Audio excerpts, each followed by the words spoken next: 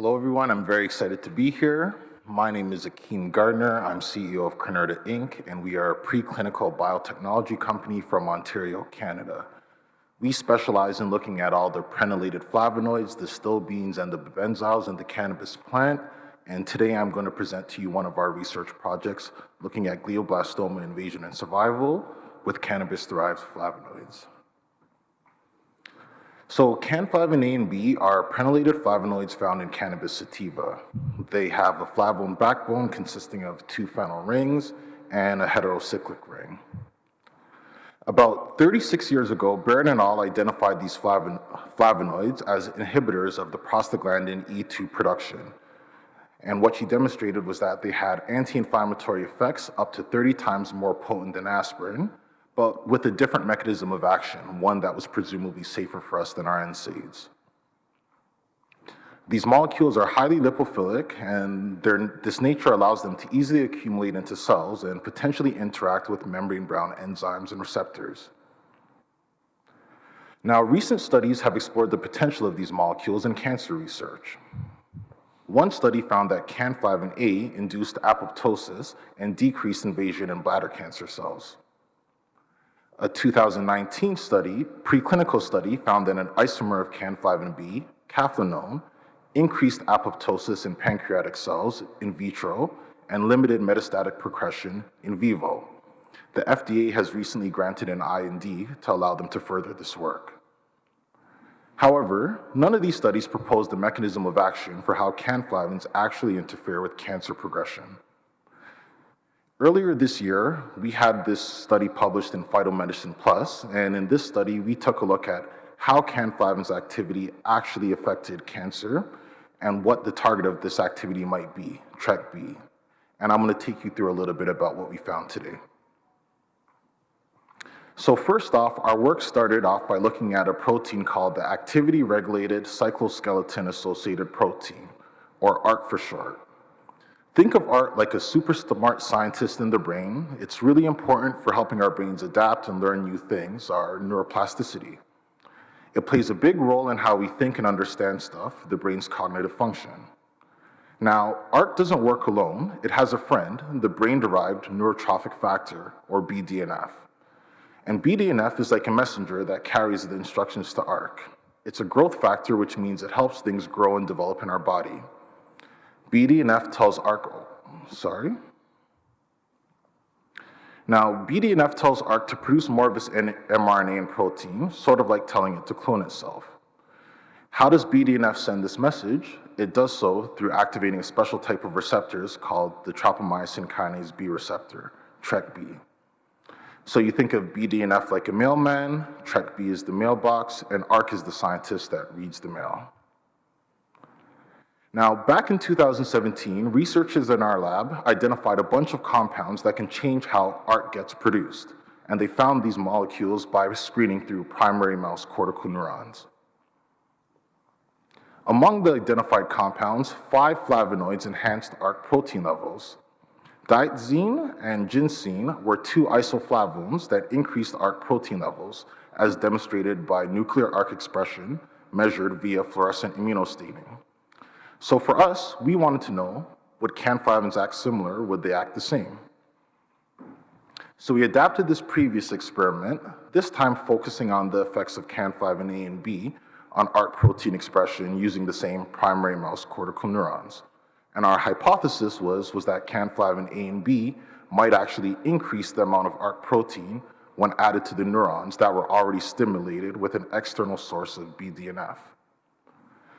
Now, however, very surprisingly, instead of seeing the ARC protein increase as expected, Cannflavins at concentrations between 1 to 20 micromolar actually prevented the normal increase in ARC protein caused by BDNF.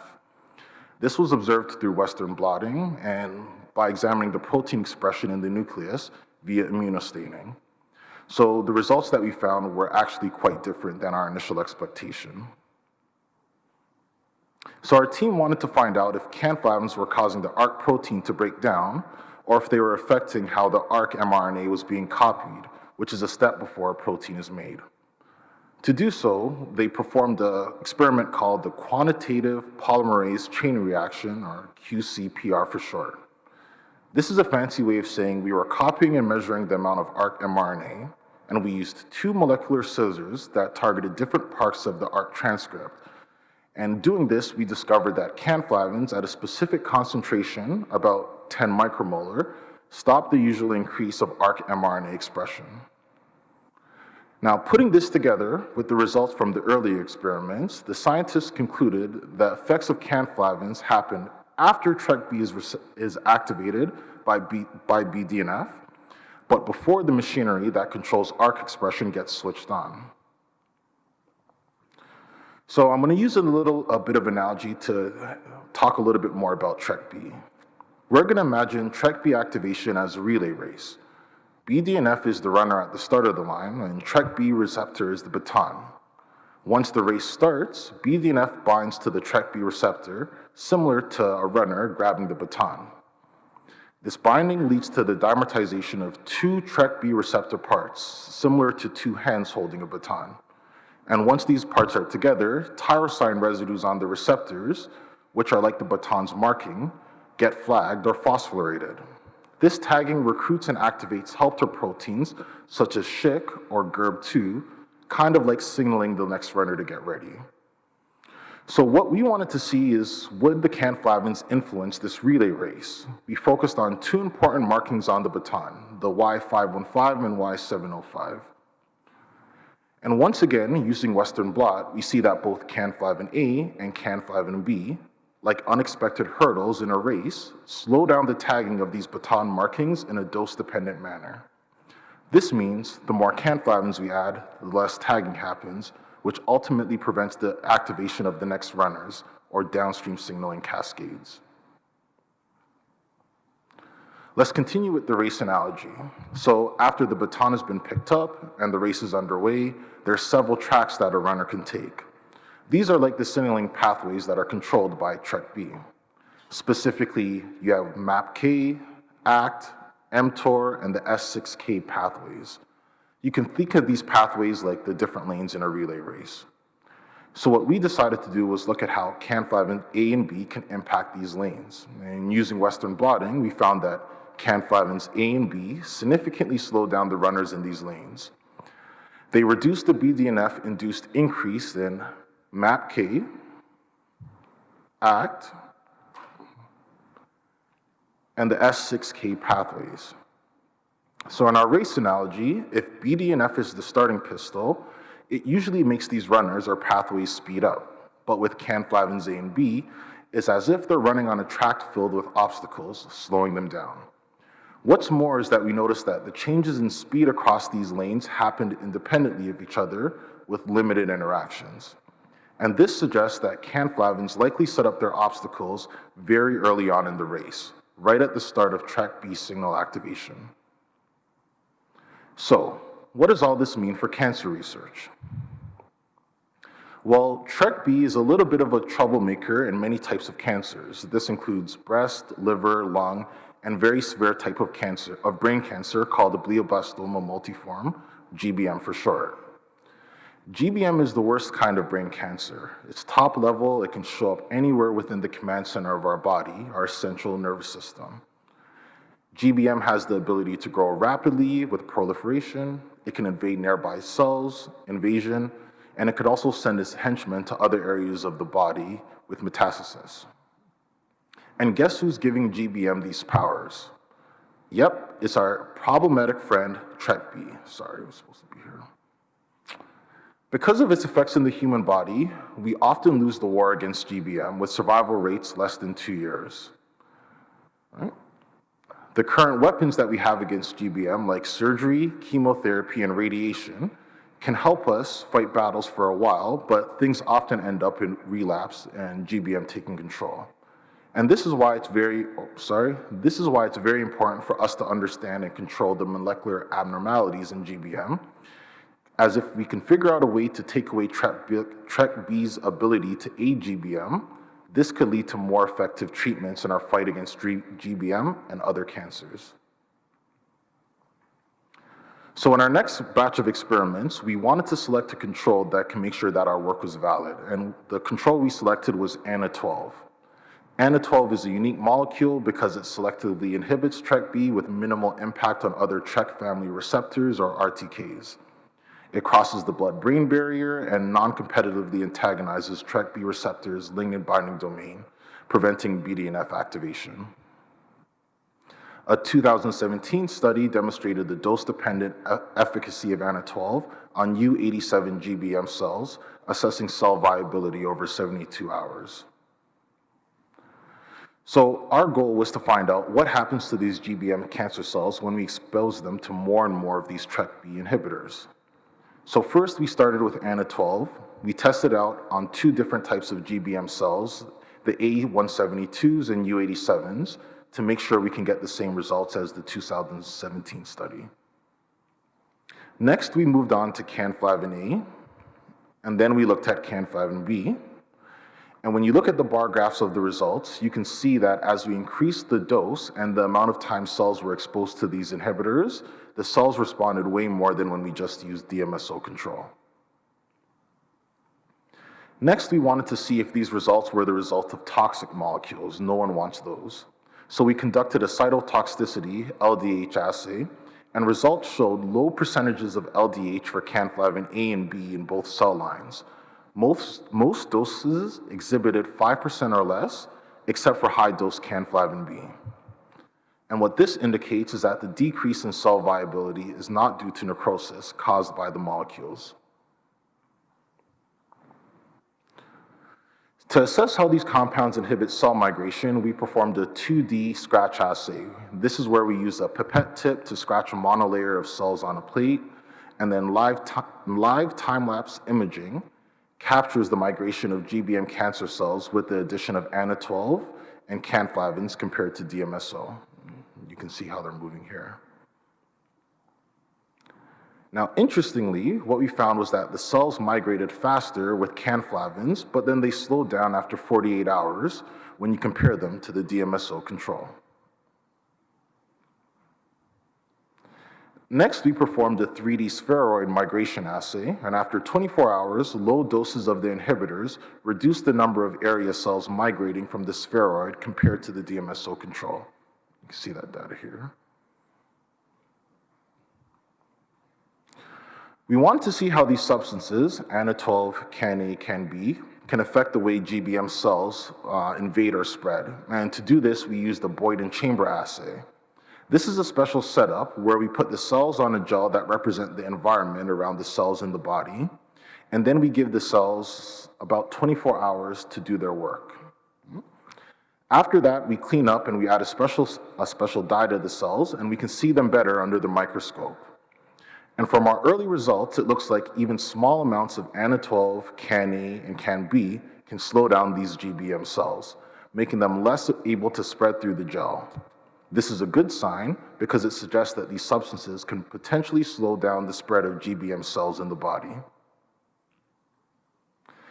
So in a nutshell, our researchers first found that Cannflavin A and B are able to put the brakes on activation of a particular signaling pathway in cells called TrkB. This pathway is often overly active in many forms of cancers, including those found in the breast and the brain. And Cannflavins have demonstrated their power against these GBM cells by being able to reduce the viability of these cells, and even better, doing this without any toxic effects. We discovered that these Cannflavins can slow down the movement of these cancer cells. This was seen in both 2D and 3D environments, with the cells moving slowly after 48 hours and 24 hours respectively when compared against a control. Now lastly, we also found that even in small doses, Cannflavins were able to decrease the invasion of these cancer cells after just 24 hours. This suggests that Cannflavins have a strong potential in slowing down the spread of certain cancer types, opening up a new possibility of cancer treatment. So where do we go to from here? Looking forward, our team is eager to continue this work, and in the coming months, we'll start to use cerebral organoid or mini brain co-cultures to delve even deeper into the potential of Cannflavins to halt cancer invasion. Moreover, we're preparing to utilize assays that track the movement of cancer cells that express a green fluorescent protein. And by pre-treating these cells with Cannflavins, we aim to further investigate the compound's capacity to put a stop to cancer metastasis. Now, it's important to note that this is just one branch of our comprehensive research programs, right? We have amassed a significant amount of data that underpin our ability to take our laboratory findings and apply them in living organisms in vivo. For instance, we have encouraging results from a trial involving transgenic C. elegans. This is a type of worm overexpressing a human tau protein that tends to aggregate, a common feature in many neurological diseases. Now, in this trial, we used an extract of Cannflavin A and B mixed at a 3:1 ratio and found that it had a modest positive effect on the survival of these transgenic C. elegans. Now, most crucially, in relation to what I'm talking about today, we found that Cannflavins at a variety of different doses do not cause neurotoxic effects to the living worms. And this is very promising a discovery when considering Cannflavins as diseases for the CNS and the brain. So I'd like to thank you all for coming to my presentation. I want to acknowledge all the researchers who have done well to perform this science and move us forward, including Jen Holberg, the Lalonde Lab, the Aptar Lab, our Canada team, MyTax and CERC, and the University of Guelph for funding this project. We're very excited about the work we're doing up in Canada. Thank you all for allowing me to present to you today. Questions?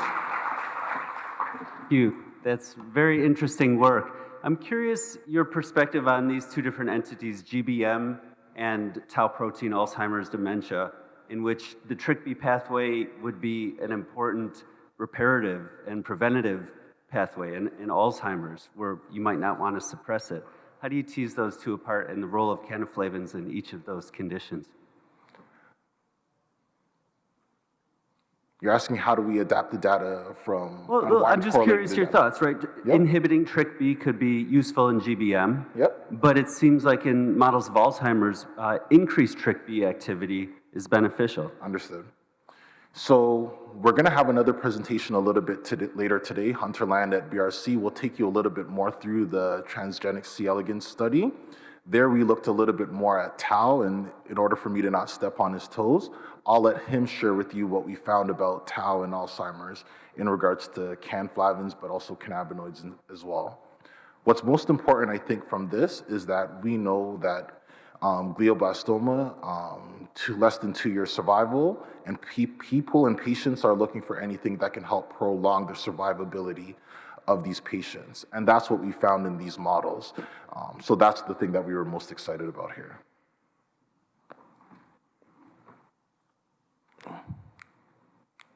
Yeah, that's interesting. So I'm wondering, are there other therapeutics that are being developed that target TrkB? And I'm wondering what's special about the flavins from cannabis? They seem like some of the most expensive flavins I could get, right? Well, I don't know if you can actually get them, which is why we're excited about the work that you're doing. These molecules are extremely rare in the cannabis plant. They're usually found in under 0.014%, so you're never going to get these molecules from smoking or medicinal cannabis. This is where our company specializes. We have a variety of different production processes to allow us to capture them in clinical and commercial quantities so that we can now do this work. And like we originally said, these molecules were first discovered to have extremely high anti-inflammatory properties, but a different mechanism of action than most of our NSAIDs. The different mechanism of action presumably allows them to be safer than most of our NSAIDs, and we also know that systematic chronic inflammation is the root cause of many disease. Everything from cancers, tumors, neurodegenerative diseases, so on and so forth, starts with chronic inflammation. Yeah, but I mean, there are like millions and zillions of sort of anti-inflammatory or reductive molecules. So yeah, I'm interested in what's specific or curious. I would love to follow up with you more and hear more. Excellent talk, loved it. Now, what do you perceive the route of administration will be? Obviously, these won't survive pyrolytics, and it's going to probably be either oral or injected. I mean, what do you anticipate there for route of administration? So there's a couple of interesting research projects that are going on right now that we're following very closely to see what the best way of delivering these to the site of action in GBM. As I mentioned earlier, the FDA has recently granted an IND to Cannflavin, and in their IND, they're using smart radiotherapy biomaterials to deliver it straight to the site of action alongside chemotherapy and without. So we'll learn as the science continues to progress, and we'll also continue to explore our own routes of administration. Thank you very much.